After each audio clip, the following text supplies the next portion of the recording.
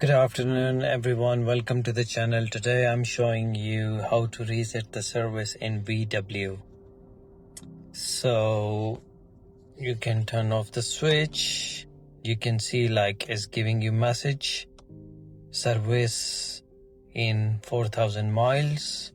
So you can turn on the switch, not start the engine. You will go to the screen, vehicle, service. It will say 4,000 miles in 332 days.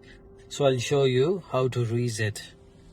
So you will go to the menu here and you can do select option like this one, range, and then can you see OK button? You have to press it and hold it for 5 to 10 seconds, and then you will left it.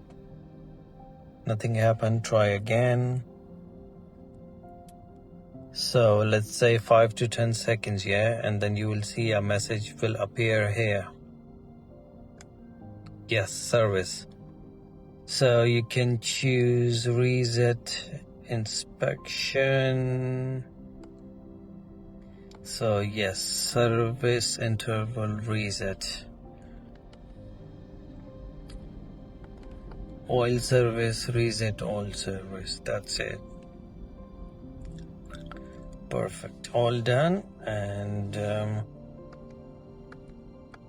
that's it. And now we can go to the main screen here.